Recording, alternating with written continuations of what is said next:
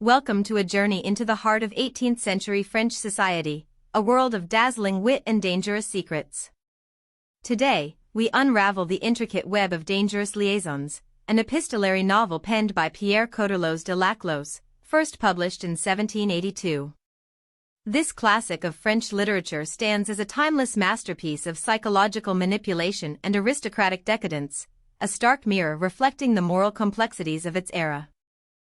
But what if the most exquisite pleasure lay not in love itself, but in the calculated destruction of another's innocence?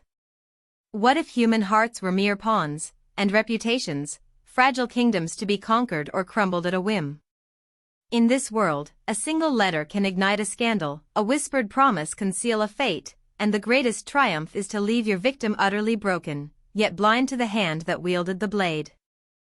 Our stage is the opulent, glittering society of pre-revolutionary France, a realm where appearances are everything, and beneath the silken gowns and powdered wigs, a chilling moral vacuum often resides. Here, honor is a flimsy veil, and virtue, a strategic mask. At the heart of this gilded cage are two master strategists, former lovers bound by a dark pact of mutual amusement and cynical revenge. Meet the Marquise de Mertert, brilliant, beautiful, and utterly ruthless. She is a woman who, having suffered betrayal, has turned herself into an architect of others' downfall, seeking power through perfect self-control and cunning.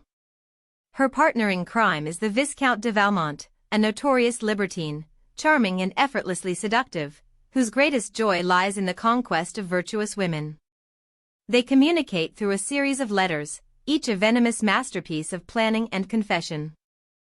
Their latest game involves two unsuspecting souls. First, the young Cécile de Volanges, fresh from the convent, naive and vulnerable, poised for an arranged marriage. Second, the impeccably virtuous Madame de Tourvel, a devout and married presidentess, whose unblemished reputation makes her a prize Valmont craves more than any other. The stakes are nothing less than their innocence, their reputations, and ultimately, their very lives. The game begins with Mertert's vengeful whisper. She charges Valmont with the seduction of the innocent Cécile, a sly plot to humiliate Cécile's mother, Madame de Volanges, and the man Cécile is set to marry, a former lover of Mertert's. The reward for Valmont? A night with the Marquise herself. But Valmont, always seeking a grander challenge, scoffs at such an easy conquest. His sights are set on the unconquerable Madame de Tourvel, a woman of unshakable piety and marital fidelity. That is the object I attack, he declares, that is the enemy worthy of me. What no one realizes is the chilling precision of Valmont's methods. He doesn't merely pursue, he studies. He observes Tourvel's every habit, her solitary walks, her pious conferences, her deep-seated anxieties. He weaves a deceptive tapestry of reformed virtue, playing the repentant sinner genuinely moved by her goodness.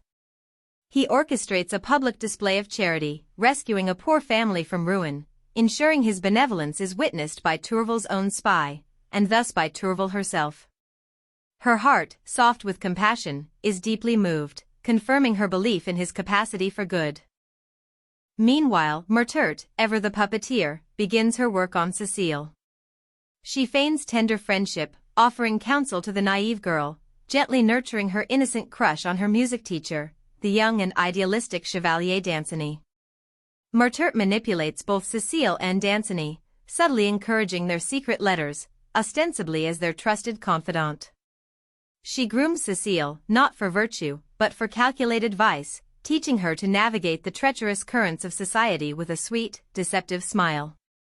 Vice is to be drawn, she muses, but should it be drawn in such seducing colors?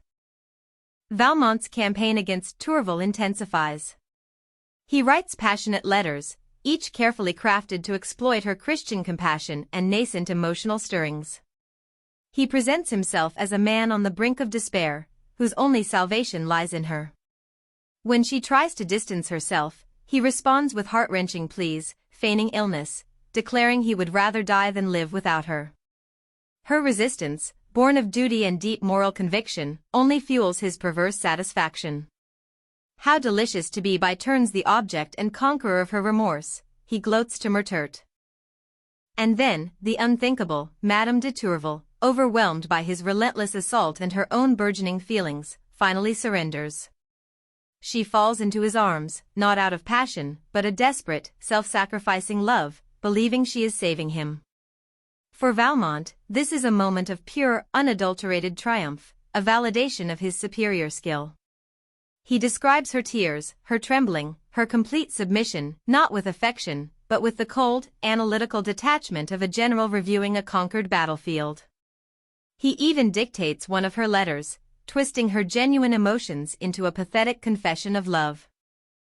But what no one realized was the dangerous pride within Murtert. As Valmont's letters detail his conquest of Tourvel, a strange, burning jealousy ignites in Murtert. She had promised herself to him as a reward, but her conditions for his success grow increasingly cruel. She demands absolute proof of his conquest, but also an ultimate act of betrayal. He must abandon Tourvel, publicly and brutally, to demonstrate his true devotion to cynicism and to her. I insist you are not to be so taken up with your own affairs as to neglect this, she commands. Remember how much I am interested in it.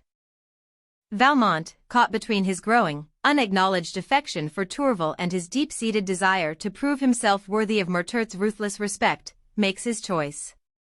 He sends Tourvel the cold, dismissive letter Murtert dictates, "One tires of everything, my angel. It is a law of nature, it is not my fault." The impact is devastating. Tourvel, already emotionally fragile, is utterly shattered. Her mind breaks, she descends into a feverish delirium, consumed by guilt and a profound sense of abandonment. She is taken to a convent, where she eventually dies, muttering Valmont's name in her final breaths. Meanwhile, Murtert's web unravels.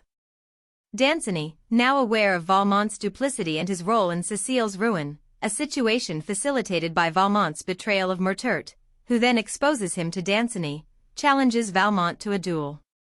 In the ensuing fight, Valmont is fatally wounded. With his dying breath, he makes a final, desperate act of revenge and confession. He gives Danceny Murtert's incriminating letters, detailing her entire scheme and her cynical philosophy. The consequences are swift and brutal. Murtert's secrets, once her source of power, are now her undoing. Her letters, read by Danceny, are publicly exposed, revealing her shocking depravity. She is ostracized by society, loses a major lawsuit, made public by the scandal, and is then disfigured by smallpox, losing her physical beauty, the last vestige of her manipulative power. She flees Paris, a ruined outcast. Cécile, now pregnant with Valmont's child, finds herself utterly disgraced. Her family forces her into a convent, her life of innocence irrevocably shattered. Danceny, disillusioned by the pervasive corruption, abandons his worldly ambitions and joins the Knights of Malta. The aristocratic game, played with such careless cruelty, leaves a trail of devastation, its glittering facade utterly demolished. More than a tale of scandalous affairs, Dangerous Liaisons is a chilling dissection of manipulation, power, and the devastating consequences of unchecked narcissism. At its heart lies the profound philosophical question: can absolute self-interest coexist with human connection?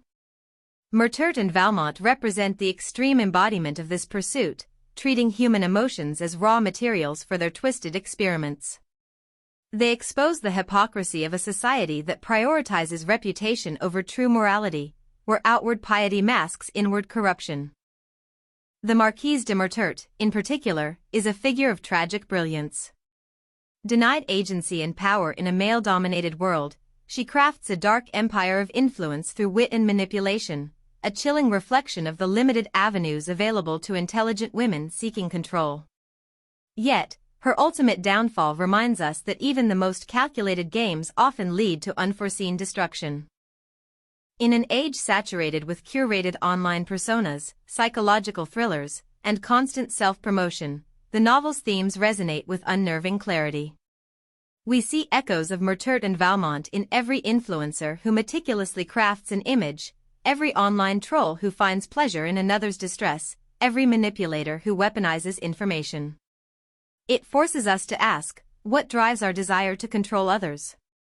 How vulnerable are we to those who understand our weaknesses better than we do ourselves? And in our pursuit of personal gain or revenge, what hidden costs do we incur, not just to others, but to the very fabric of our own souls? Dangerous Liaisons is a powerful, elegant, and profoundly unsettling masterpiece. It doesn't just entertain, it strips bare the human heart, revealing its darkest corners and the fragile line between a playful dalliance and a destructive obsession. It challenges us to look beyond the surface, to question the motives behind every charming smile and every heartfelt plea. What virtues do we sacrifice for our desires, and how much are we truly willing to pay?